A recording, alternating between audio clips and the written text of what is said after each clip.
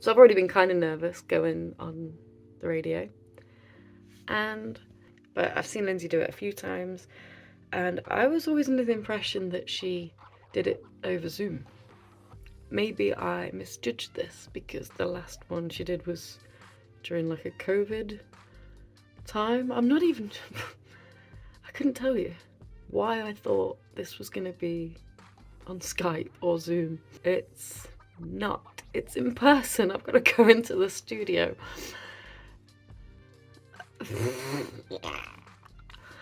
And I can't breathe. I can't seem to take a deep breath. Suddenly, I've got a blocked nose. So I'm going to be doing that throughout the whole interview. I'm so... my arm aches for folding this up as well. So yeah, basically, I'm screwed. I feel very screwed. Not screwed. Lucky. Privileged. Blessed to be given the chance to promote what we're doing.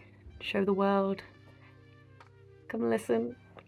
What if I've just realised I want to run away? No one will care. No one will care these saggy eyelids, these wrinkly eyelids have gone. No one will care that these yellow teeth aren't talking at them. I've lost my mind. This is what pressure does to me.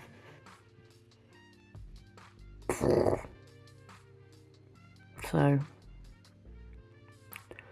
shall we guess the stupid stuff I'm gonna stay? The stupid stuff I'm gonna stay. This is what I mean. How am I supposed to go on the radio when I can't speak? I need to learn how to speak in 45 minutes. What's the quickest time anyone's ever learned? What's the quickest time someone's ever learnt English? A beginner can learn English in a year. 45 minutes. I mean, being ADHD in my life, I found these hacks. I found these tricks to get through life without actually being as competent as other people. But this, I've got nothing. I should just be a TikTok star.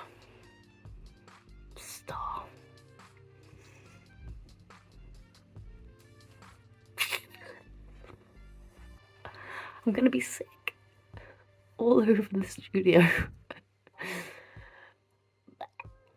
I'm just gonna be sick. So Steph, tell us about a different podcast. What message are you trying to share? This is the problem. I'm ready. I got ready an hour too early. And people say, oh, just get ready early if you're always late. Do you know what happens when you're always early?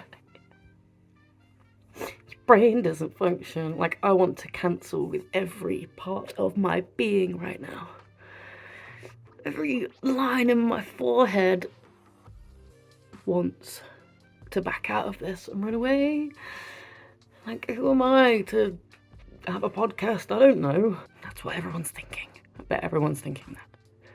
They've got to be. Why is she doing this? I used to have an answer for that. Like, every man and his dog's got a podcast. I actually have some, relevant life experience and some professional, educational experience. Honestly, I have no business being here. No business being here. So, gonna go try and stay in the country. Stay in the country and hide in my necks. Waiting to leave. I feel like drunk with terror. Does that make any sense? I'm so scared. I need to wee. Oh, I just put my coat on and my belt. Well, I need to wee. I wasn't going to wee myself. Out of all the things I'm going to do today, the last thing I need to do on radio is pee myself.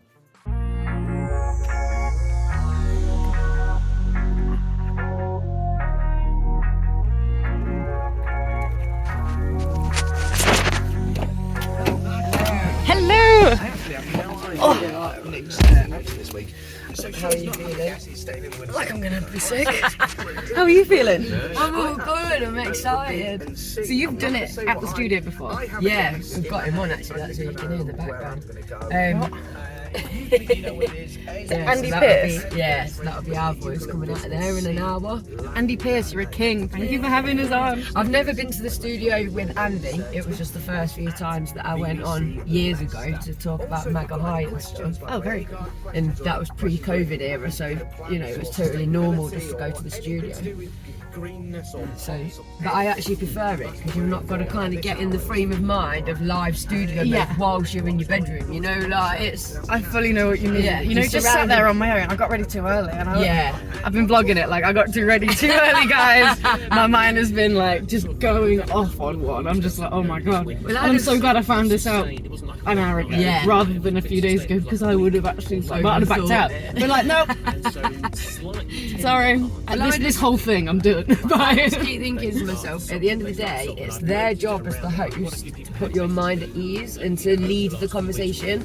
They're not paying us to host the show, you know. No, definitely. It's like them doing a good job to put you at ease. So I just feel like I'm going to mess up the easiest of questions. Like, well, I don't know my name right now. Yeah, well, look, to be honest, Lee's just said, what's he going to ask you? And I said, to be fair, this time around, other than the podcast, I don't actually know. I said, so he might say, you know, oh, what's the podcast about? And I'll be like, I don't know. Everything and anything.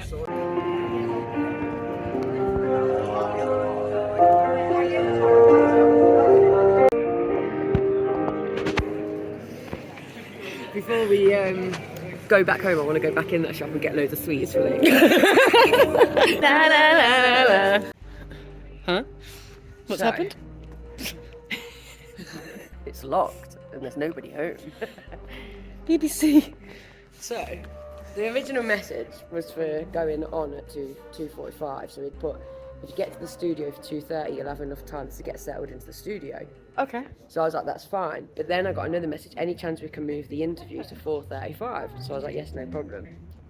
So now we're here, I'm thinking. So we are supposed to be here. We'll update in half an hour when we're sat in the car doing the interview from the car, but from a Leicester car park. I'm going to message her now. I was going to say, we heard you on the radio, Andy. We know you're in there. We'll know you're in the green studio. You said something about in the green room. Is that your room there? Is that you, Andy Pierce? Are you up there? I mean, of course this has happened. Of course we don't panic in these scenarios. This is why we call ourselves different. You can only laugh, can't you? Or cry. I know. One or the other. It's kind of cold, Andy. Let us in.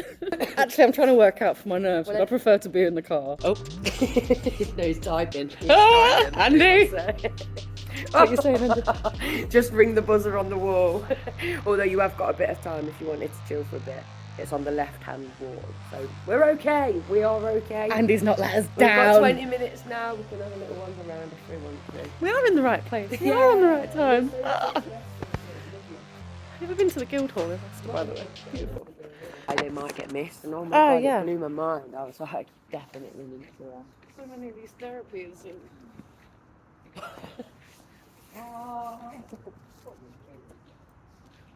His crown in the hair. Try. We're in, Susie. Say we're in, maybe we're not. Does it work? Maybe it's that one. Is there another? Oh yeah. Oh, I think someone's talking to you through it.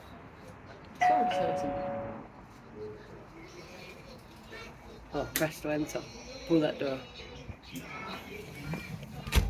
We're stuck. Can't get out of this bit either. Yeah, we're actually trapped. Oh wait, was this bit supposed to stay open because you can't get out?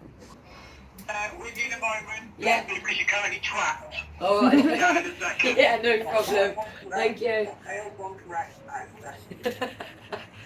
We are currently trapped. Hello. Help us. Help. Man on bike, help. Andy Pierce, help. Hello. You're right. Sorry. Trapped in the I end. know. So,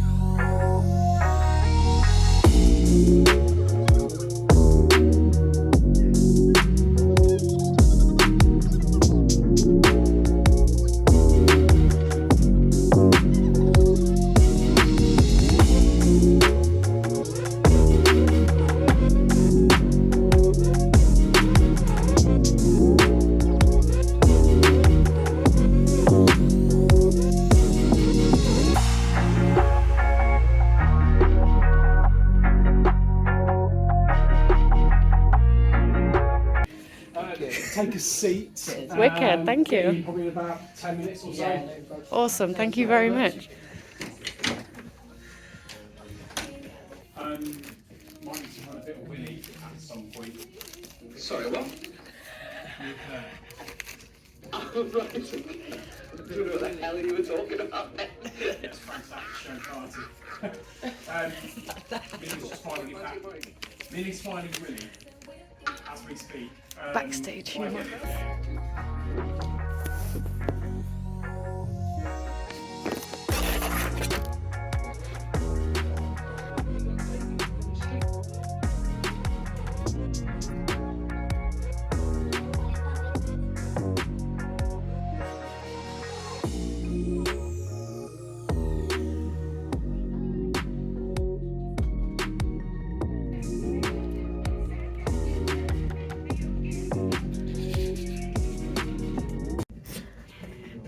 Lee with the answer, the mask. Thanks for that. Thanks Which for is it. how appropriate. Because I'm currently masking as someone who's got there together. The mask is going on. I don't think it can stay on. I can feel it melting off. I could cry. The time's One day we're going to have our own radio show. I thought you said baby to start with. Radio show would be amazing. Yeah, if we do like a Howard Stern 8 hours a day switch thing, it'd be amazing. Music in between. We'll do a travelling radio in the books. A festival. If we got like people that as we were travelling around to use their music as well, so then we don't have to. Speakers on the outside of the bus. Just get out of our meeting. We're We're going in. Oh, it's a bonus. Take a pic. Hello. Thank you very much. Thank you so much. Hello. You're more than welcome. This is the amazing Andy Pierce. Oh, Here my he is. life. Thank you so much for having us. You are welcome. Thank you for having the time to come in and see me.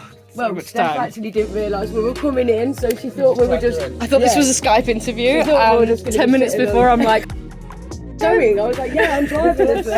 It's fine. I was like, yeah, I was like, it's better in a way.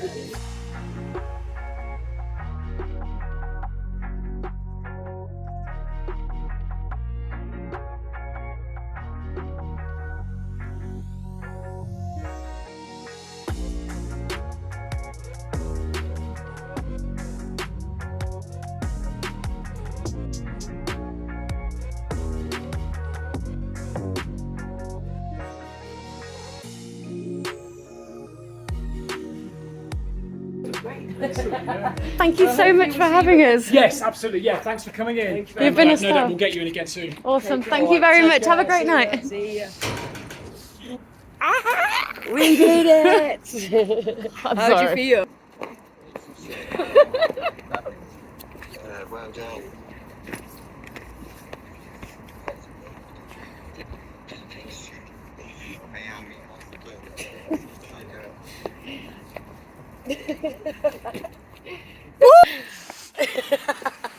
We're just on the radio. Afterwards. What just happened? I just had a brain aneurysm. I don't know what happened to any of that. Oh my god. Why is it like this? Instead of hate, it should be love we invite in. You don't agree, then you're the problem that we're fighting. Open up your mind, stand up, become righteous. Why is it like this? Instead of hate, it should be love we invite in. You don't agree, then you're the problem that we're fighting. Open up your mind, stand up, become righteous. Habits. We know that this time that it's episode 2, we're in order. Oh, okay. Let's go. So, Welcome back. can't actually hear both of us. Hello, hello, hello. Episode 2. Episode number 2. Thank you for coming back after the chaos that was the last episode. What did we think about? Oh, dropping everything. What do we feel? This is how we're starting episode 2. I know, after the chaos, I think we're a self-fulfilling prophecy right now. But thank you for all your lovely comments. I think there was a lot of support received, and that's why we're back for number 2. We're not completely put off. We've not ran away yet. No, we're not And- giving up. yeah, this is just proof. You know, we aren't polished. We're not perfect. Well, we're proud of it. Yeah, exactly. I'm trying to- cool with that. There's Trying no to like, look, pressure. please don't leave. We'll get better, please. We won't. We won't. Please don't leave. We'll get more professional, I'm sure, but we'll never stop being silly, ridiculous. Yeah. Should have definitely got comfortable before we started, but here we go. Where's my leg going? You're getting comfortable because we're starting. My leg's going here. Yeah, introduce the topic. No. Can you see straight up your I face? give up. I'm running away. Oh, can you? There you go. Oh, it's leggings anyway. If you guys can see. You okay? Do you want to snap and start again? We're going to start again. Right. Start again. Why did I pick this? Why did I choose to do this with my life? I'm gonna say, I think like I'm the cool cucumber here, which really surprises me because before the camera goes on, I'm like, you know, get a bit edgy, and then I'm just like, cool. Yeah, I feel like I've just spent the last, an hour just very calm, Yeah, setting absolutely everything up, fine. trying to work everything out. And now the camera's so- on. I'm suddenly so aware of everything that I'm doing. I'm scratching my neck. I'm doing everything. I'm doing all of my bad habits. Perfectly But led into there. we fooled you. Made you think that we didn't know what we were doing. It was just leading you up. We didn't know what we were doing. That was a happy accident. Steph was Let's showcasing start. all of her bad habits purely for your viewing pleasure there. Just get them all out of the way. The thing is though, habit suggests that it's a choice, right? And obviously dropping things and being clumsy is not a choice, and that's Definitely. why we suffer with our label. It's weird, isn't it? And actually, the way that we've both approached this subject, so we went away, did our own little look at this, and Yeah. I instantly went to looking at my bad habits, and you took a completely different turn. What did you look at? Good habits and ways that we can improve, or the ways we try and improve. And I feel like I solely focused on my bad habits, where you looked at All the just wonderful society in things general, the good habits that you could possibly... Yeah, definitely. I was thinking like of all the good habits we could try and share, but we won't jump straight into. Should we save them for that? Yeah, we'll end it on a the nicer good. note. So, what is a habit? Mm-hmm. One thing that I find really, really interesting is 95% of human behaviour is habitual, meaning that only 5% is what you consciously pay attention to and process. Because if you were to do that with every single thing, It you... would fall apart. You'd be over. Yeah, it'd be overwhelming. More so. Yeah. More so than it already is. But a good way to understand ADHD is through that very, because you don't develop patterns the way that other people do through dopamine that people often use to be able to create these patterns. Yeah. And To be able to reinforce it. consistently, definitely. They say that how many days it takes to form a habit and to become automatic. Do you know That how is many 10 times by the way? harder for... Oh, bear with me, that's 10 times harder for ADHD people Yeah. anyway. Yeah. So and even the statistics are hard to rely on. Yeah, But because if you can think about us actually processing each behaviour, each action that we take as consciously looking at it, it's overwhelming, it's cognitively demanding, it's really hard. yeah. So yeah. tell me, So you were going to say Well, something. no, yeah, sorry, I was going to say about how many days it takes to form a habit, which, again, there's a debate, isn't there? There's a Because- debate. Yeah. Yeah, what if I've got a few...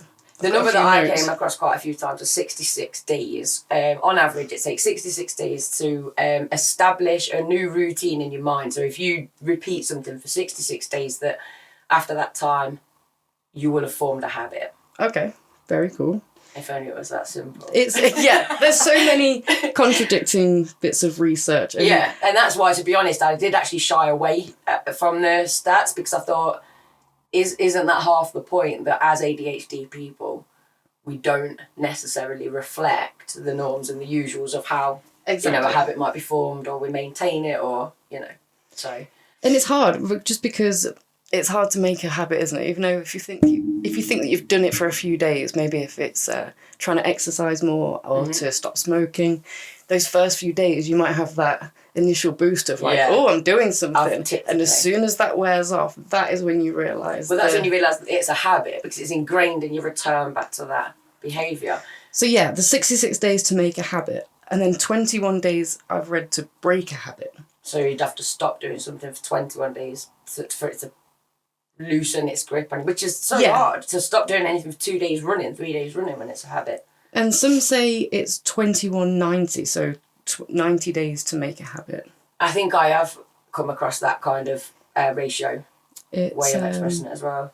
So habits form when new behaviours become automatic are enacted with minimum conscious awareness. So that's because the behaviour patterns we repeat most often are literally like etched into our neural pathways. Okay. And so the more often that you do something, it's like etching into the sand. The harder that you do it, the harder it is to get rid of that dent. So is that why it's far easier to form what would be classed as a bad habit, because it feels so good? So that pathway Yes, forms you're really... actually getting that dopamine, that sense So- of achievement or Because when I was like kind of... gratification. Because one of the things we're doing alongside the podcast is a bit of content, isn't it? To go out alongside of it, like written content, so you can back up what we're talking about. But I've literally brain injured myself by... No, I'm actually going really off. glad that you mentioned that. So I don't know if you've noticed, because we're developing things as it goes along, but Lindzi's taken it upon herself to make these amazing packs that go along with every episode.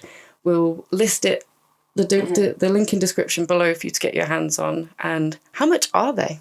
Well, this is the thing, they are absolutely free, so I'm going to sidetrack slightly again, that the point of our platform, the A Different Human Design platform, is to provide content for free, kind of like how the National Health Service does, so we don't think there should be a barrier to that. So the content packs will be on there for free, but they'll also be on there for a small charge as well, so that if you do want to pay and you're able to pay, then absolutely, you know, the funding, we're doing the whole platform. We fully understand that not everyone has the means to be able to support. So if we are doing it for free, genuinely. So if you can grab yourself one and help yourself, go for it. If you feel that you want to support us because you love us and you want to support other people that are neurodivergent, you can pay as little as you want. But yeah, I've luckily remembered where I was going with it. So when I was writing this pack, I was listing all of the bad habits, and I thought, they literally are all the things that are good about life. Like, you know, not like chocolate, for example. Having those foods that are high in fat, that are high in sugar, all of these things you enjoy to do. Having an alcoholic drink or a fag or a coffee, anything. You know, people see these as the luxuries of life, and yet they're classed as the bad habits. So it's just... it's very hard, isn't it? I feel like it goes back to those like Adam and Eve days, the apple. You do it. If you didn't try it, then you would never know what you were missing. It always goes back to Adam and Eve, those pair. Oh, well, yeah, we can delve into that deep one day. Yeah. So, the research from 2012 looking at habit formation suggests that 10 weeks, or about 2.5 months, is a more realistic estimate to most people. And the most main evidence-backed time frame for habit breaking comes from 2009, and that suggests it's very vague. It's such a wide range, anywhere from 18 to 254 days. Yeah. So I think I did come across this kind of such a broad thing and thought, well, it literally comes down to the person then, doesn't it? So and you know, the way that perhaps their chemicals might work, the way that they've been brought up. Yeah. I mean, I was brought up with, thank you, Dad, such strong discipline that I'm quite... If I choose to be disciplined almost, I can exert it to the point where it becomes obsessive, which has been really great in a lot of aspects in terms of my health. But then, on the other hand, the reason where the ADHD kicks in is I can apply that some days and it's not happening. ADHD thrives with structure and pattern to your day and knowing that you've got discipline. But it is one of the hardest things to actually curate as an ADHD person. Yeah. It's like that catch-22, is that what that's called? Yeah, and I think does it come down to your executive function, being able to physically make those choices to kind of do something that you know is going to be beneficial to yourself, but you can't, that block is just there. I mean, I'm so glad we're talking about habits, because one of the things I would love to design along with the platform one time is like, you know, these journals that you get? And they're daily trackers. And the things I'm going to do today and blah, blah, blah. But people have like done lists instead of to-do lists and stuff like that. And they're always, I love stationery. So I love looking through these and I love seeing the different structures. But this is the thing, it depends what day you wake up, doesn't it? So we need this kind of a journal where there's 4 versions. And it's like, if I'm on an F-it day, like I need something that's supportive, that's going to say, don't worry about it, dude. You've done well this week. Have a day off. And if I wake up and I'm in a, let's do it mood. I need one that's very structured, and it's like, right, 10 things you're going to achieve today, and I'll go off and I'll achieve them. And Wow, do you see what I mean? Like, I see what you mean. I wonder if reflect. that's like your really good level of discipline though, because I feel like I'd always be reaching for one book. So I think one of the just to get that same feedback that I want. Oh yeah, so and I think there's always going to be that element of choice, isn't there? But I think partly one of the ways I combated myself was just giving myself a break and recognising myself as these kind of, I'm not necessarily saying that there's 4 characters within me, but seeing myself as some days I know I can't beat myself. I've just got to go with it. Yeah. And some days I'll be so truly focused, I'll get more done in a day than a regular person might get done in a week. So it's like going with the flow. And my habits have to go, if I'm trying to implement a new habit, for example, I have to think to myself some days, it's not going to happen today. Don't worry about it. Don't let it impact your whole journey into changing this thing about yourself. And yeah, definitely. Ooh. So for someone like me, that I would say I do struggle with discipline, and it's not because I'm trying to show it to the man or make a point. I genuinely struggle to form structure, routines, but I know that I thrive under them. So for someone that maybe doesn't have that level of discipline, that level of like,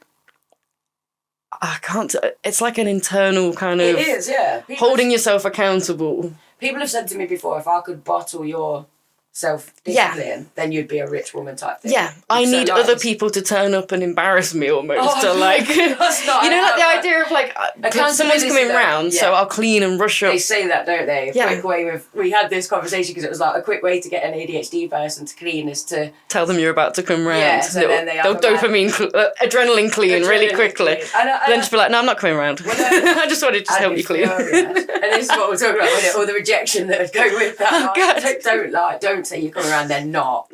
So you don't get a reward for just cleaning all that. Yeah. Because that person then just didn't end up coming round. And you're just like, what? Next time they say they're coming, I won't fall for that.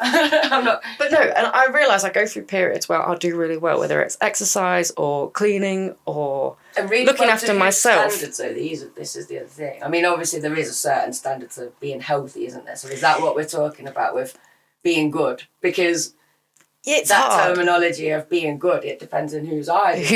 Exactly. Under my own understanding, I'll stick to that one. I'll like try and ignore the external societal pressures, but my own one. So I don't like how overweight I feel right now. Like there's like more breathing problems, I'm snoring and stuff like that. It's just not that attractive. You're not even overweight. I mean, again, is this? I guess I've always had like an internal thing, like for body image and what I look like. To have a diet that you're more in control of, an exercise regime where you felt more motivated. Yeah, where there was just a little more balance. Do you know what I mean? I feel like I spend, especially now when I'm editing, I'm sitting down for like 8 hours a day, whereas before maybe. Yeah. Certain jobs can give you the benefit. I'm sure you're on your feet constantly walking around as teaching kids, and stuff like that. When I'm doing my content, I can be the same solid locked in for 8 hours, like, and then you think, I've not showered. And then from that, from not moving and stuff, I've got like this toughest like knots in my shoulders and stuff like that. And then and it's just I can focus on one thing, like exercise, and get it done really well.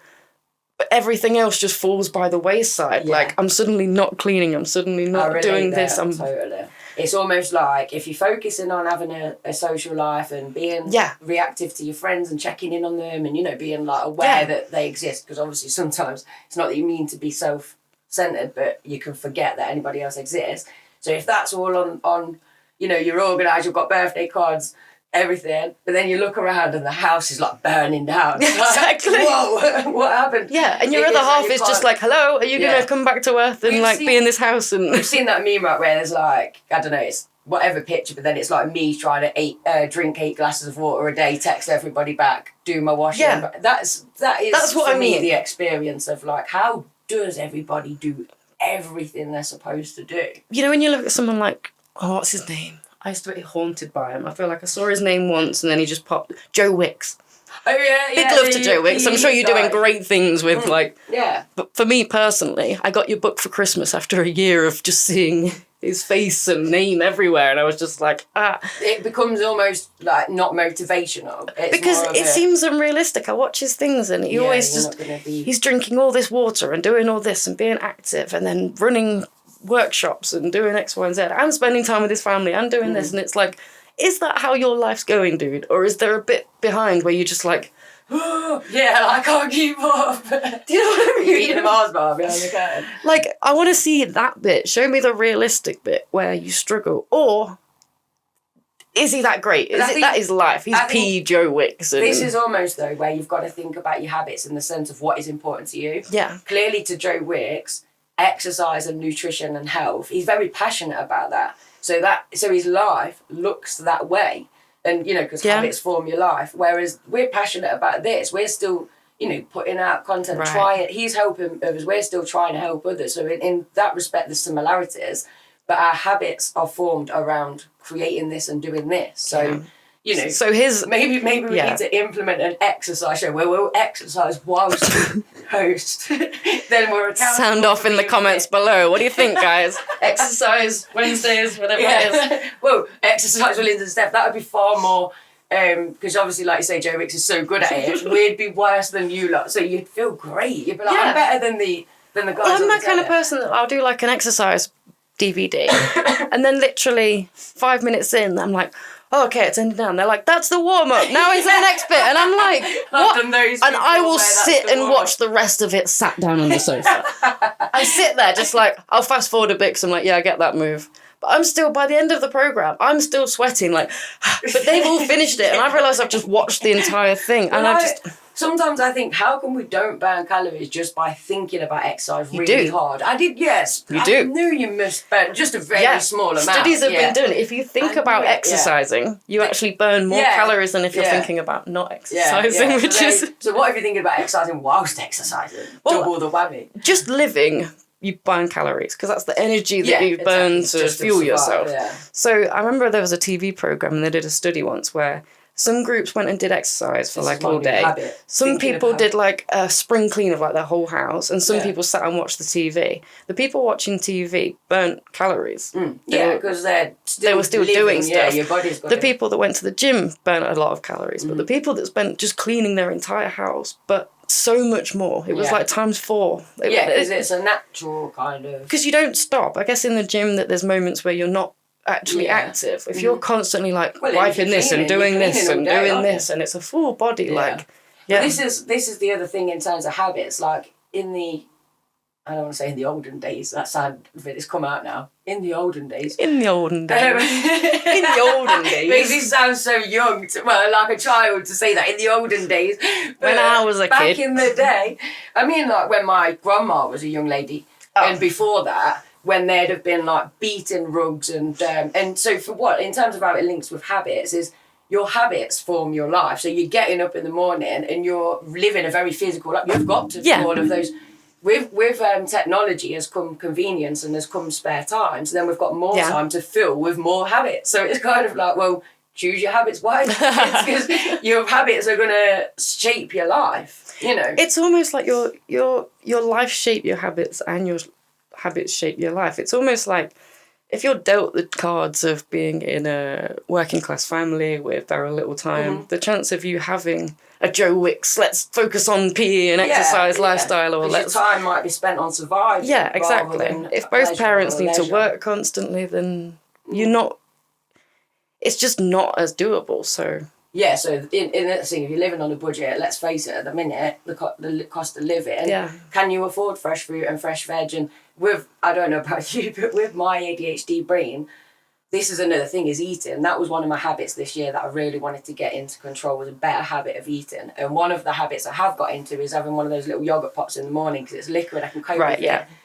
Bit of vitamins, bit of a boost, and it has done my energy levels a world of good. And that has just I've got into that habit of buying them every week, drinking one every morning, and it's almost consistent. So what was your goals for eating? Because it's not like it's just... You're like... It's not... From my sense of losing weight, you don't have that. Mine's more to feel healthy, to feel like I'm fueling my body with actual... Because it's convenient, isn't it? I live on my own. I'm interest-based, so it's like if I come home from work, all I can think about is getting on with something to do with this. I I can't wait. It's not like I'm like, oh, it's like, yes, can't wait to get my laptop open, blah, blah. Eating is the last thing on my mind. So then I'm starving right before bed. This is my bad habit, is, you know, and I know that pattern. Right. I know why I'm doing it. I know that it's my brain making that choice to feel good straight away and get on with what I want to do instead of eating. Then I kind of go past my hunger and it becomes anxiety. Yeah. And I'm like shaking and like anxious. Yeah. And it's like, I know then, I'm like, Linz, you're hungry, go and eat something. So trying to crack that habit, that is this year's focus. And actually earlier you said something about it can take up to 10 weeks or something. Well, we're about 8 weeks into the year, 9 weeks into the year. So if people did have New Year's resolutions, it's worthwhile remembering that you'd have had to have kept it up until now to have even made a dent in forming that as like a new habit or behaviour. So it just shows that it takes genuine, consistent work. So we actually coming back to it. If it's important to you, you will. No, definitely. The idea of us doing this topic, it was going to be our first episode because we thought it would be coming out around the time where people have made New Year's resolutions and they're at the point where they're either realising, wow, I'm doing this, or they're thinking, oh my God, and they've suddenly not paying they're paying this gym membership that they're not actually using or whatever it is. You bought a load of fresh food and you still went to Uber Eats, you still went to Deliveroo. So do you want to share the habit that you have broken for New Year's Eve? New Year's resolutions? Because... Well, so I stopped drinking alcohol New Year's Eve I had my last drink, and that was absolutely... it is now the 23rd of February? And it's strange because I've not even been counting the days. It's honestly not like... It's so different. I've got sober October a few times and things like that, and actually genuinely struggled. Really? Whereas this time I thought, I'm challenging myself for a year. The reason I challenged myself for a year, I suppose this is a habit. Every year I like to challenge myself to something. Okay. I feel like it keeps you stepping outside your comfort zone. That's really cool. And keeps you, you know, being interesting as a person. I want to be full. That's a really good point. Yeah, being more interesting as a person, having something to talk about. For me, that's always been really important. That's so true. I want to be interesting. I think it's because I've always loved talking to people that have got loads of stories, and you're like, wow, you've done so much. You know, I want to be that person. So, so every year, always challenge myself. I've done like wolf runs, bike rides, and like loads of stuff. Have you done them? The like assault? Yeah, quite a lot of them. How far are they? Because they all look so fun, but they all look like 5K. There's some that are 5K. They're pretty easy because that's 3 miles, so it's like it's not that. We're gonna do okay. What is 3 miles? I think that's where I struggle. So if do you know from here to Anstey? Like if we walk there and back, that's like the kind of like distance. So it's not. That's probably maybe I'm over judging it, under judging it. I don't know, but I'd roughly say there and back would be about. Okay, so some people will do that then, and then they'll do it again. And if anything, more people do that, so that's 10K. And so I've done a 10K wolf run twice. Right, the first one I hated it. Was like, never doing this again. I think it was 2021 maybe. It was quite recent. I did the second one. Thanks, Charles. Who's putting her up to it? Best friend, she messaged me, you don't have to, but we've got a spare place in the work team. Okay. We're doing a wolf run. I'm like, I can't, I like to challenge myself. You know that I've not got this kind of challenge in place. She knew her best friend very well. But she was like, there's no pressure. And I was like, of course she said there's no pressure. Yeah. Sorry, the amount of times I've hit this. But so I did the wolf run and actually really enjoyed it because I trained harder on the weightlifting side of things, and I think it's the obstacles that perhaps get you more than the running. Yeah, so my legs, I said that, I'm just worried about running that far. My legs are strong, my upper body sucks. So you say that though, but you had a swing around the pole when it was up, and you did better, because I see girls swing around the pole and I'll know immediately what their strength level is like. Is that the same though? Because I feel like in terms of like hanging, I can definitely hold there, but in terms of like if I was to try and climb up it, I don't think I have that. Yeah, but that's not even using my legs. I think that's a strength that you have to work on as well, isn't it? Most people, I think these days as adults won't just be able to climb up a rope. Whereas I can, because I've always maintained a certain level of, even if I'm not actively doing something at that point, it's probably never longer than 6 months before I'm finding myself training for something. But maybe I need to join you for the next thing that you try and do then. We'll challenge ourselves to do some What should we things. do? But the reason for the challenge of the no alcohol was because I thought, I can't bring myself to jump in any more rivers. I can't do it. Like, you know, the intensity of the anxiety the morning, I know I've got to do these races. Why do I put myself through it? But you put yourself through it because at the end of it, wow, you feel incredible because once again you push yourself out of the comfort zone. So it's like I'm my own worst enemy in that respect because I'm always imposing these new challenges on myself. So yeah, that's one habit I've broken is drinking. But I feel like, I don't know why, but it's been so easy so far. I'll come back to it later on in the year because I don't think my mindset was there. I'd put something in place on the lead up to that. I knew I was doing it. And we were talking before we started about the difference between an addiction and a habit. And I think just by having this break and not feeling every inch of it shows that... Yeah, I mean, that's a nice place to talk about addiction, actually, isn't it? What's the difference between a habit and addiction? What is the difference? I totally was not addicted to alcohol because I would not have been able to have just done that without and barely any willpower. I've not had to actually put any willpower in place. So... But an addiction would be when you can't give it up without, you know, that help. You're still continuing to do something, even though you want to stop. That's when you know then it's an addiction. Because when we're talking about habits, we do want people to face their bad habits, don't we? Because in our community especially, people seek out thrilling behaviour. Yeah, if you're not getting dopamine through... completing tasks in your everyday life, or if you've been made to feel like you're stupid at school and you're not achieving anything there, you turn to the nearest thing that will make you, and it sounds really cliche, but to make you feel something, you're searching for that rush of excitement of let's do something, feeling okay. We should point out, because I'd done a little bit of research last night about the link between ADHD and habits and addiction, but and it's not that if you're ADHD, you're going to be more susceptible to having an addictive personality, but ADHD people, especially in their teens, might be more likely to drink, smoke, or vape these days. Vaping's obviously the new smoking. And then you've formed yourself an addiction. So this isn't a neurological part of the disorder. This is a societal aspect where if you're not supported from your outside and you're made to... It's almost like labelling theory. If you're made to feel constantly you're a certain way, then you're going to end up being. Well, the thing is, I mean, again, going back to my childhood, I was such a rebel. There was no way of stemming it. It was such a natural instinct to rebel. Anarchist Lindzi. Like, you know, so, and for me, that's how I understand my ADHD, and how a lot of it's recognised, is that kind of questioning authority, questioning the rules. And as a teenager, your mum and dad tell you not to do something, you don't always think, oh, that's because they care and that's to benefit my health. Why are they telling me not to do that? But how often did your parents let someone tell them what to do? Which is quite interesting. The things we tell kids to be like, we don't demonstrate as adults. Well, I definitely, my ADHD is definitely hereditary, and it's like my dad, in terms of his childhood, would have been the rebellious one and the one that was fighting and, you know, exhibiting those behaviours type thing.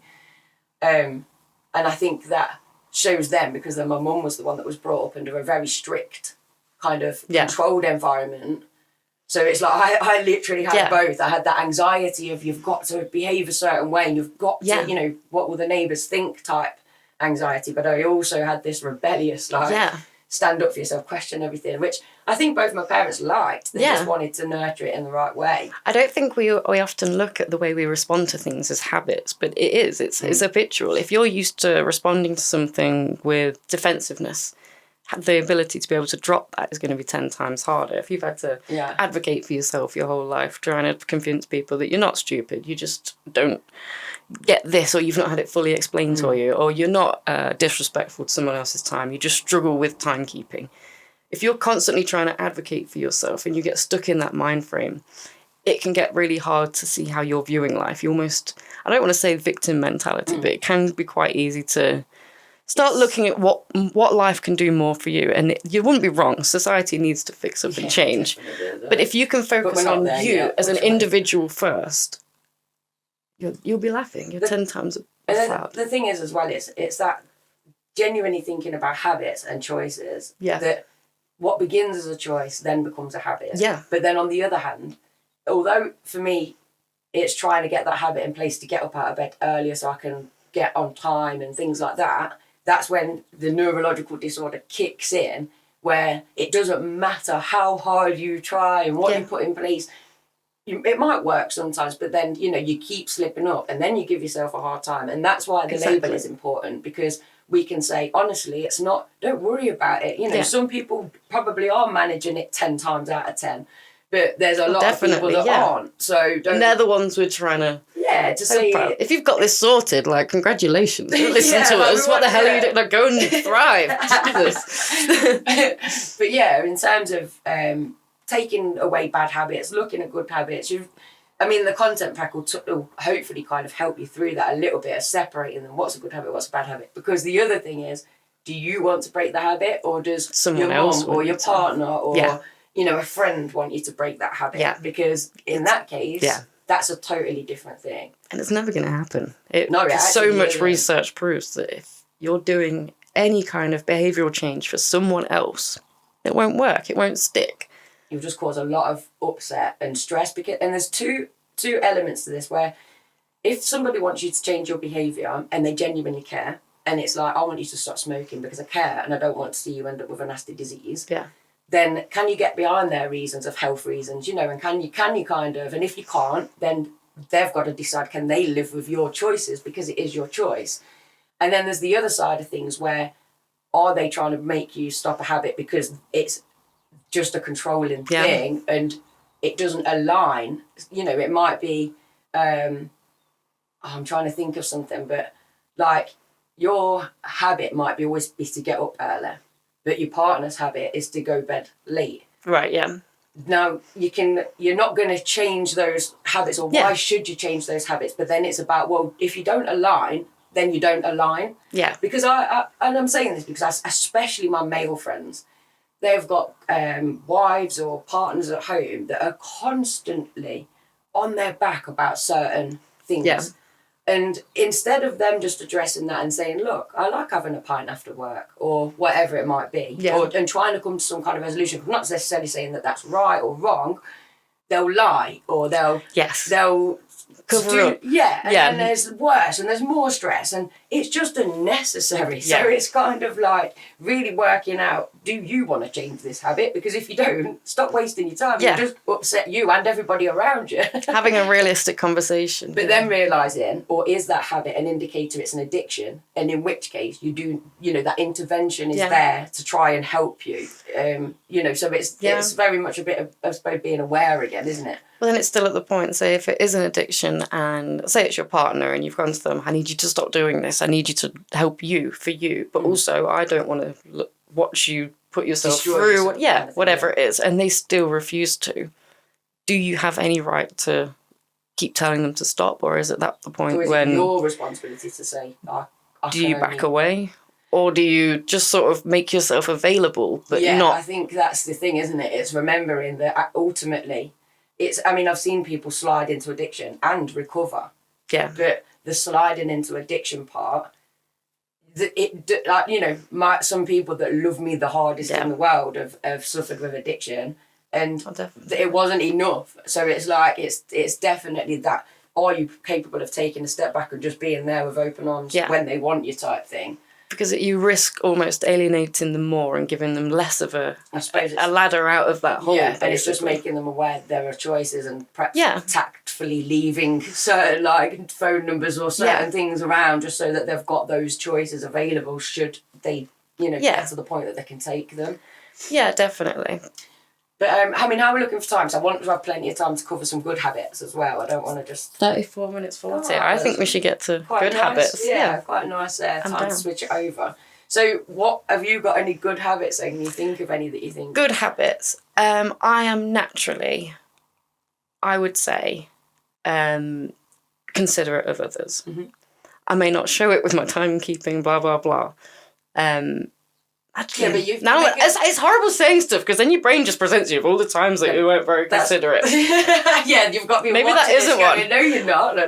My good habit is remembering things that I did that I didn't, but make me sound good.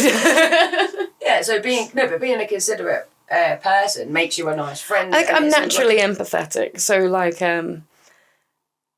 when there's certain hot topics that people struggle to talk about, I feel like I've got a very easy, frank way of laying information down that respects people and is considerate of people.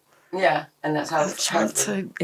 Yeah, so my parents sometimes won't understand transgender issues. And I think I'm very good at explaining it diplomatically.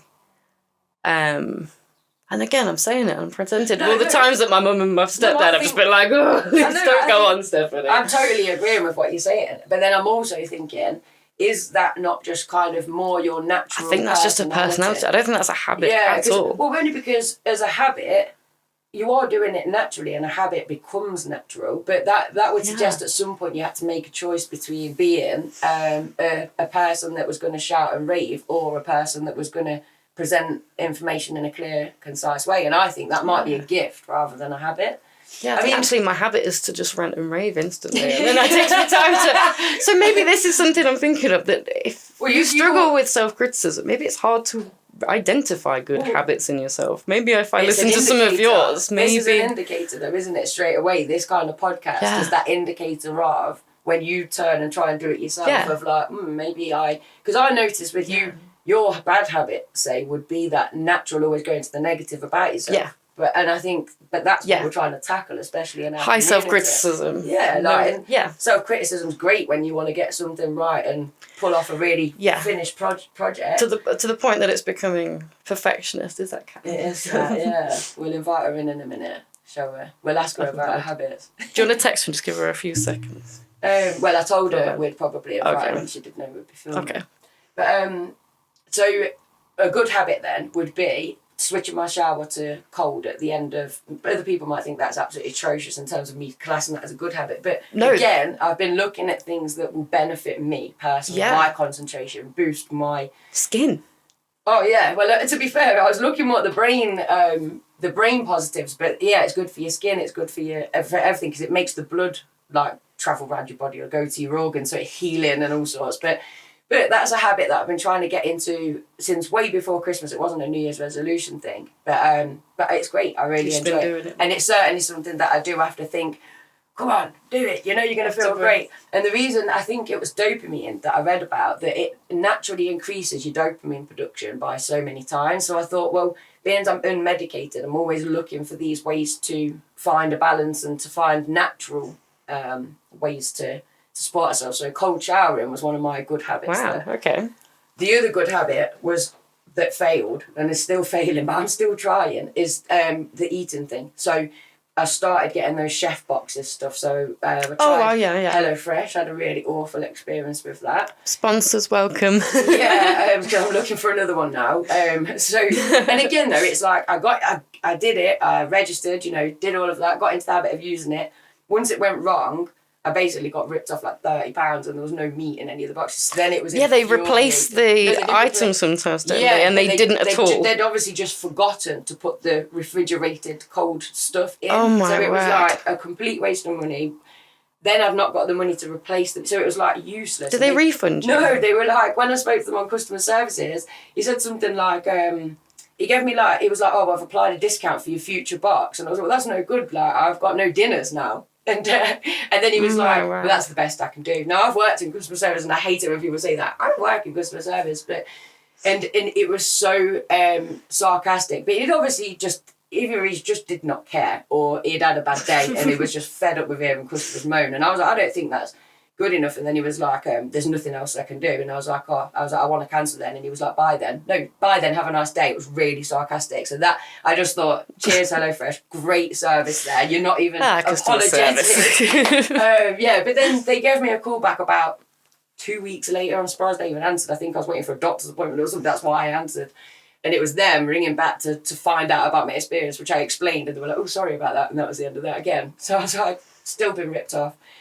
But because that experience then ended, I've not restarted it, Right, because it's like that's the habit, the bit where the ADHD comes in is like, it's been in my diary, I keep moving, because keeping a diary is another brilliant habit that I started about 10 years ago now, it saved my life. And I know that a lot of ADHD say they forget about it, they just can't. For me, it just worked, it improved my life. But so yeah, I've been keep moving along with diary, get the food boxes sorted, and I've not got back to that yet. But it is on my thing for this year to get my eating a little bit more in control. I feel like to go into the diary thing as well, I feel like that must be quite a good habit for you as well, like to constantly keep up with a diary, because I remember mine as a kid, it would be like, dear diary, today I went to school and I did this and that person was mean and then I went home and then I ate pizza and then I went to bed.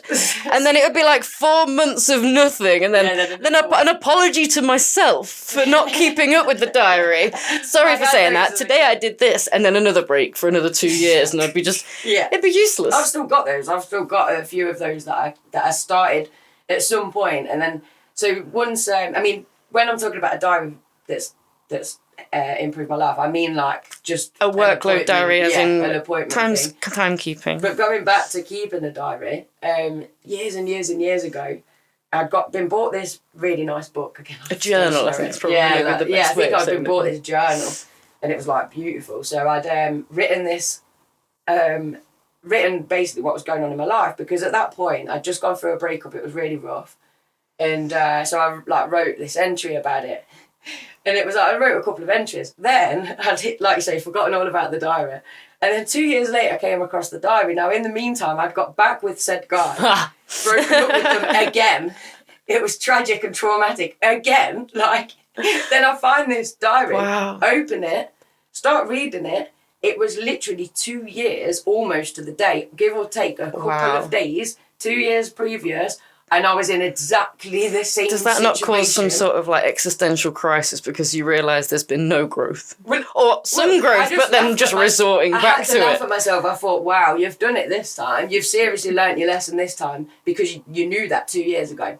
And you went back and it's done exactly the same thing. And here's the proof. And so since then, have you learnt that lesson? That's what I mean. That's what I mean. When it comes to romance, that's why we did the podcast on romance. Like, I have not got that. So no, I have now. I'm in a very supportive relationship in terms of we're both adults. We're both, aware that we're middle-aged now. Yeah. Like, middle-aged. Yeah. So can't be playing these games anymore. Yeah. So it's not like those kind of where you were so unaware kind of thing of what you wanted and all the rest of it. But anyway, going back to the habits, so good habits, cold showering, trying to use tools like HelloFresh if you can afford it. And for me, it was good because it reduced my waste. I'll buy a pack of peppers, pack of spinach, all the rest of it. Something can happen, I'll end up not eating that, and then it adds to the intensity of the backlash again, because now I've wasted that food and, blah, blah, blah. So it's quite a good one using those HelloFresh boxes, or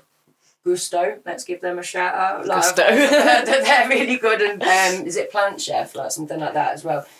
But like I say, hit us up with not sponsored by any of these, just free advertising for all of them. Well, not for any HelloFresh, they were boo-hoo. Go away, HelloFresh. I know Blue Apron own them as well. I think that's just America. But yeah, so it's about trying to use tools to help yourself, and with the cold shower, it's literally just willpower. And sometimes I think, well, if you want to have a warm shower again after it, you can just blast yourself with cold, then warm yourself back up again if you want. And I don't do that, but just that kind of telling myself I can. Almost rationalise it, bargaining with yourself. Yeah, in some way that it helps you get. And sometimes I turn it cold and I go have a good old scream, and that feels really good as well. So. Well, I'm quite interested because I've just realising that I've focused, way more on my bad habits, and I'm still sat here struggling, and I'm interested. If any of you, I want to know, is it easier for you to think of your bad habits or your good habits? And let us know.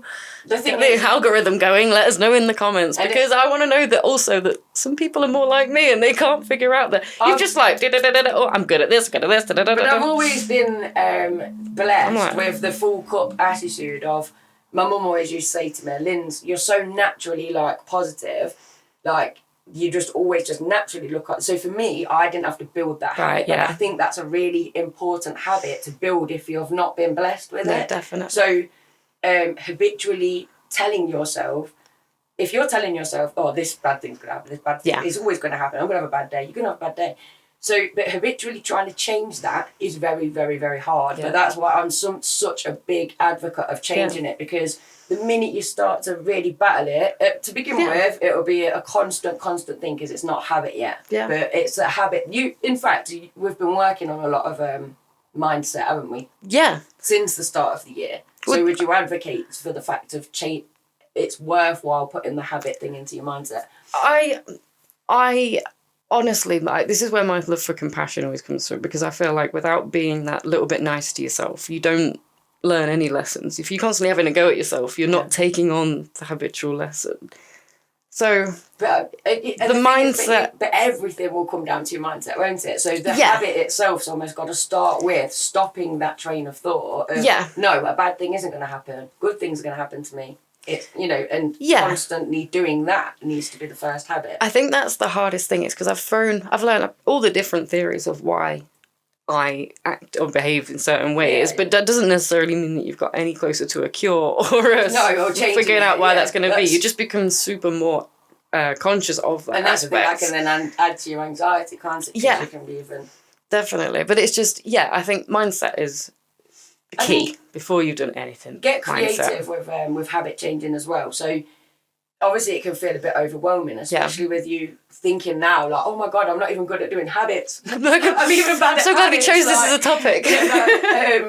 So it's like, if you want to change your mindset and you want to start implementing good habits, can you put posters up around your house that are visually pleasing? Motivating. Definitely. So it's like, and to remind you to think positive stuff, but not as like, think positive. Actually, that kind of reminds me of and I know if anyone's if they're really bad at remembering to take stuff or do stuff, their memory is just terrible. Have you ever got that thing where I need to take this thing somewhere, and every time you leave the door you realise that you've left that thing by the door or by the whatever, and some people say, like, put it by the door, make sure that that eventually becomes part of the furniture, and you're stepping over it at the bottom of the stairs, you're no longer doing it. Take it. There is a really good tip for this, and it is to do the most bizarre thing you can. So whether it's a chair, a table, just turn it completely upside down before you go to bed. Something that you will not be able to step over or walk past, that makes you go, oh wait, why is that? I need to take such and such to the post office with me. Take a banana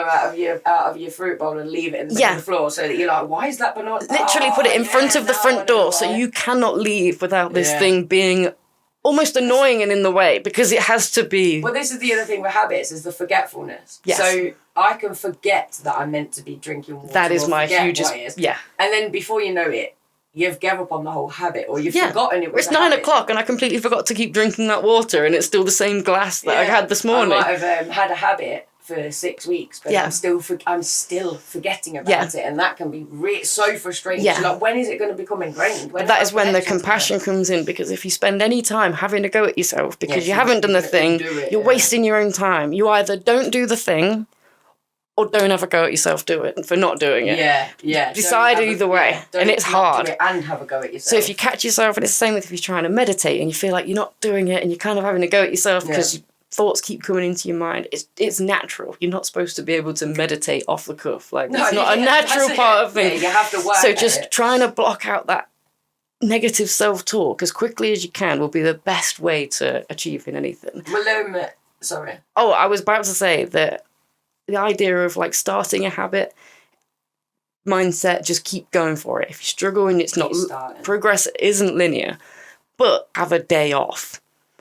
Like, I know it sounds worse. Oh no, sorry, I've got that completely wrong. The worst thing you can do is have 2 days off in a row. So that one day off, you can excuse yourself. Right, I'm back in the room, guys. I know what I'm talking about again. What the hell? Get me out of here. We should do toxic traits next episode. I've got a ton of them too.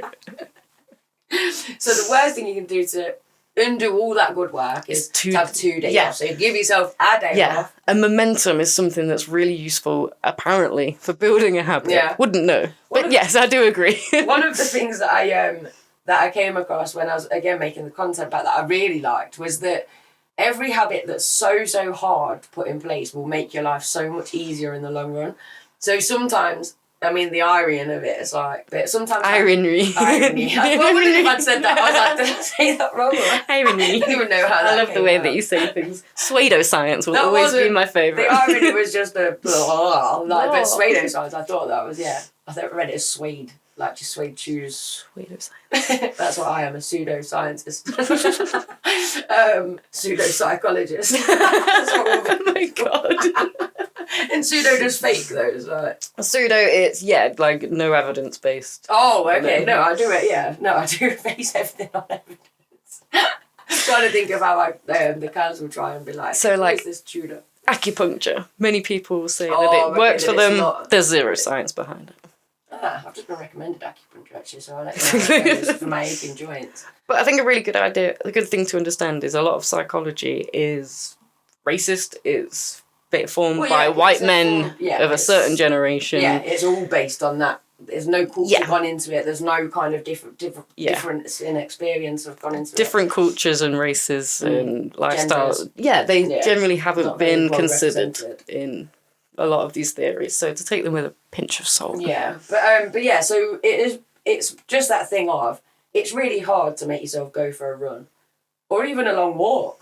But in the long run, if you're you're healthier and you're able-bodied, you're actually going to have a happier experience in the long run. So it's like every single habit, it's kind of thinking, It's how just much about do you want it? What's the outcome? Yeah. And if you're trying to break a habit, the other thing I was thinking is about replacing it because it leaves a hole in your life, doesn't it? Like, Yeah. And especially, I think a lot of people relate to that as well. Yeah. If they stop smoking, then they replace it Yeah. with nicotine gum or something. Yeah. If someone just even something if to do with their that's a hands. short term, just because it's like, say if you come home and you usually have a beer and you're going to try and reduce what you're drinking, then you need to come home and do something else that you enjoy, or Yeah. you know, even if it's just for the time being, just to kind of so that you're not going yearning those, after like- the thing that you've lost. Is it those expensive crisps that you never normally buy from the Yeah, shop? Maybe just you help something yourself with like- them, or is it? I don't know. And it's finding the pleasure in things again. Like recently, I've just started reading again, and it's kind of instead of because before the pleasure was always having a glass of wine while I read my book. Yeah. And now it's like the pleasure is just reading my book, and it's remembering those pleasures and getting myself excited about those things and being like, that's a good thing. You're going, you know, you're going to read your book, or you're going to go out for a nice meal. Yeah, we also we remember things in schemas, don't we? Like groups of things. So like when you think of, I know people that have a lot of trouble with party drugs. They really have struggled to going out with their mates and taking it. But actually, what they're craving is that connection that they have with their mates, being able to talk Sharing with no something. barriers, Yeah, open, no yeah. judgment that It's you kitchen ultimately get counselling. on these silly party drugs. You Yeah, kitchen counselling, isn't it? It's like, you know, Yeah. that's how a lot of people are getting through their mental health. Is taking a load of drugs, telling their mates all about it. on the and then- kitchen floor, Yeah, but talking then about it. unfortunately it feeds into the mental health itself in the Exactly. week. So it's like a kind of vicious cycle. But it's almost like that. Yeah, you long for that feeling of togetherness, Yeah. the feeling of like Well, oneness. and this is the other thing as well, that you are the habits of your friends. So to begin with, if you're a smoker, you're going to kind of attract a group of friends that smoke. Yeah. And then if you suddenly decide that you want to give that up, it can be really hard because Yeah. you've got to give it up. Two, your friends might feel abandoned, like this sense You're just of, leaving them now. Yeah, Well, you're not. Oh, yeah.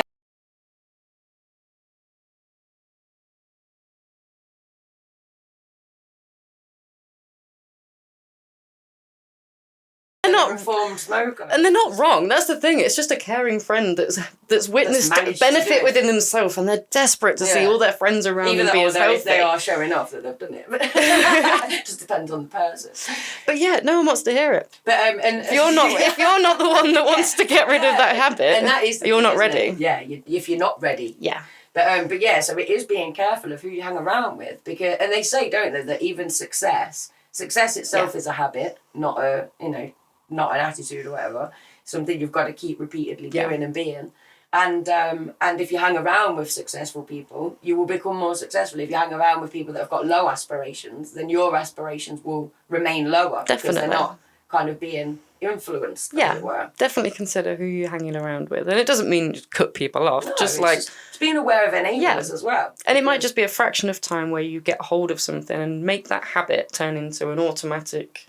You know, when you turn it from just an action that you're consciously doing into an actual habit that's automatic to you. And the thing is, as you know, going back to the party drugs, for example, you might not want to cut those friends off, but you know that being around them, it's going to be tempting to do the drugs. So it's like, give them a wide berth, explain to them that's what you're doing. That's what you want to do. But then you've got to prepare for that trigger because you can't avoid it every time. So then it's slowly being aware, I'm going to go to the pub, there's going to be drugs around, the offer is going to be there, but this is how I'm going to cope with it. Rather than ignore it. No one's going to offer it to me. Well, of course they are. Like, so be prepared for that trigger. You're going to have that mate that is guaranteeing you that you're going to be fine, and you're going to have the best night, and to not leave him on his own with this night. And exactly. Can you withstand that? And test yourself. Well, and then it's down to, is it willpower alone? Is it a habit, or is it addiction? Is it something that that you need that extra support with? I think one thing that really gets people is that idea of never, ever, ever doing it again. And that idea on itself is so intimidating, and it's so like overwhelming, like never again, whatever.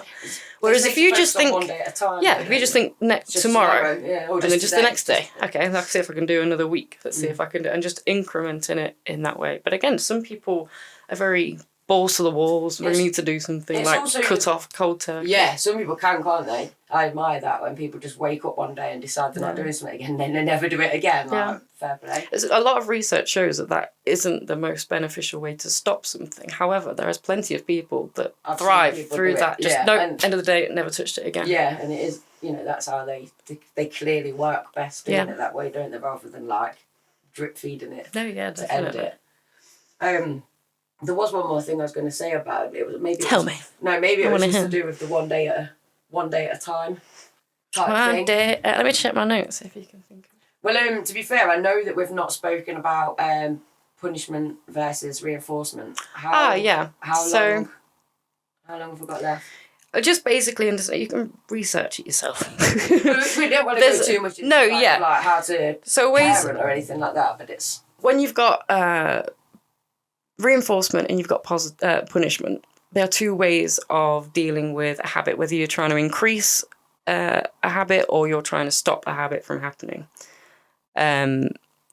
Research shows that reinforcement, either negative or positive, is way more effective and a lot faster of a solution to try and get either yourself or really like good advice if you're a parent, trying to help your kids behave correctly, get them to stop something, to raise them in the way that you feel is we were basically kind of come across that punishing is less effective than reinforcing. So it was all about kind of and having that mixture of the two still though, because otherwise you kind of lose control of the ability. But in terms of how we can apply that to ourselves, that would be.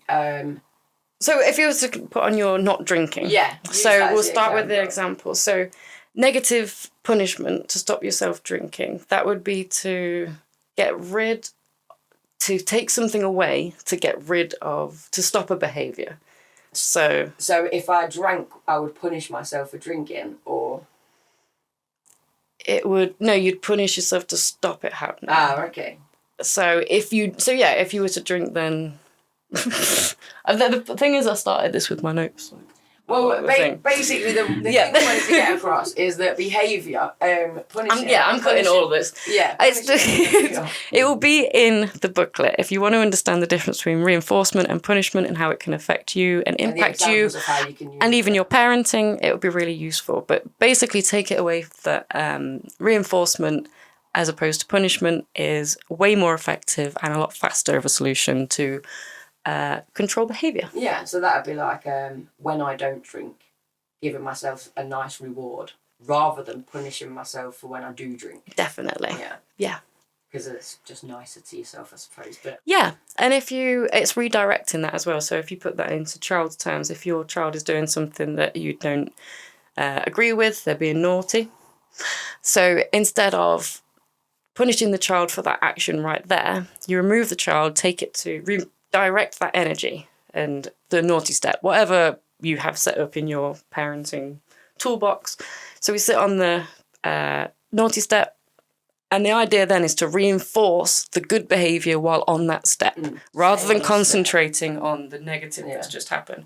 When you're out, when all these emotions when all these emotions have calmed, because these emotions, they get a lot, they get overwhelming. When they're finally cooled down, then you can talk about the negative behaviour that you could address at the start. In terms of behavioural education as well, which obviously I've been in for many, many years now, we always say about having two, you know, a reward system and a punishment system, and those being totally separate and never kind of crossing over the two. And I think the same applies, like both to parenting and for the so if I was in your class and I gained the reward for paying attention, I was whatever it was, so I would receive what necessarily? Well, say if there was a point system for both, because you build up your points and you can spend your points on something that you want. Right. So okay. I reward you with two achievement credit points, whatever they are. And okay. Then, but then if you then did so, like I said, shut up, you silly cow. And that is, okay. Disrespectful. I wouldn't then remove your reward. I would punish you in a different way by taking 2 minutes away from your break time. Or so we'd have two very separate systems so that you're not crossing. Wow. Okay. So you will never take away credits. Yeah. From as someone as part of punishment. No, because then it makes you feel like, well, what was the point in behaving? Because I've had that taken away. And you've personally seen the benefit. Massively. I mean, yeah, I've seen whole like kind of areas transformed by putting into very structured systems that are very different. But they've got, you know, as the child, they've got to invest in it. They've got to actually want to earn the things that they're earning, and they've got to care about the things that you're taking away.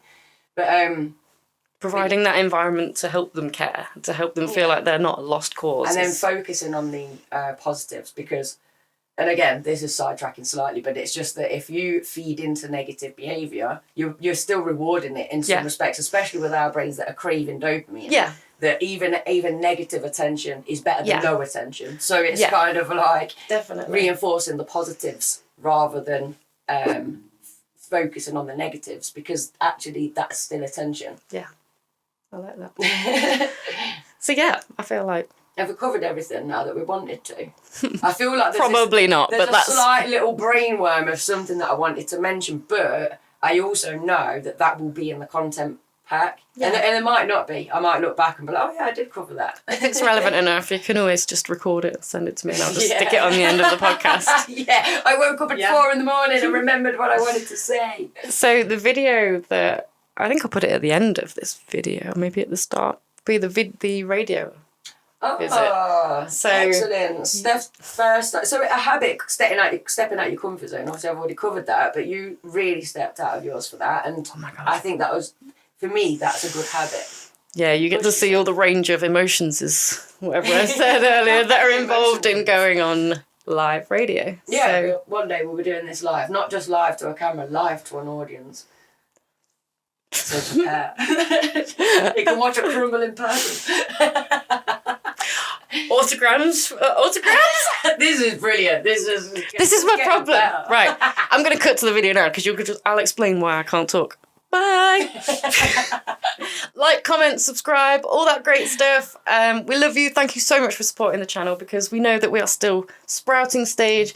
We're not perfect. We get so many things wrong. I can't speak. I say emotions. That's going to be why they love us. So we're not apologetic about it. We are happy about it. And we're different. Back the different. Back the different. Share the post. And okay, so this has been different. Bye guys. Take care. Why is it like this? Instead of hate, it should be love, we invite it. You don't agree, then you're the problem that we're fighting. Open up your mind, stand up, become righteous. Why is it like this? Instead of hate, it should be love, we invite it. You don't agree, then you're the problem that we're fighting. Open up your mind, stand up, become righteous.